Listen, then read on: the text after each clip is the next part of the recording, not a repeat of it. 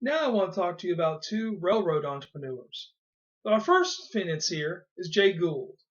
Jay Gould took advantage of railroad financing to make his millions. Gould would buy rundown railroads, improve them, and then sell them for a profit. His first acquisition was the Erie Railroad in New York.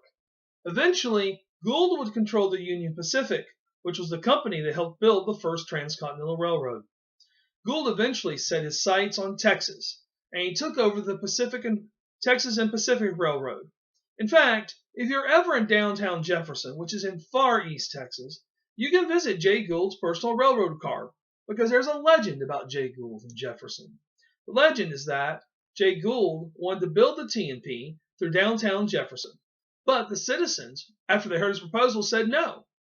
Thus, Gould declared to the town that, quote, within a year, bats would live in the belfry of the church, and grass would be growing in the streets of Jefferson, Texas. And he moved his railroad 5 miles west. And as you might expect, the town followed. And now, if you went to Jefferson, you'd see the railroad car, see lots of great antiquing, and you'd see a town that had moved because of the railroad.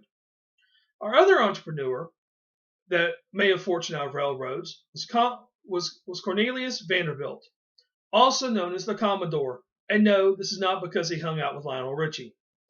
Actually, railroads is Vanderbilt's second fortune, as Vanderbilt first made his first fortune in steamboats, hence the nickname the Commodore.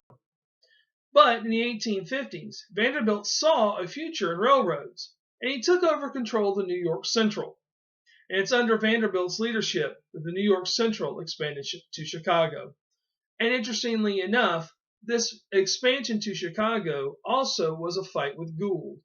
Gould owned the Erie Railroad that ran west from New York City to Buffalo, and Vanderbilt extended the New York Central. They raced each other to see who could get to Chicago first, and Vanderbilt won.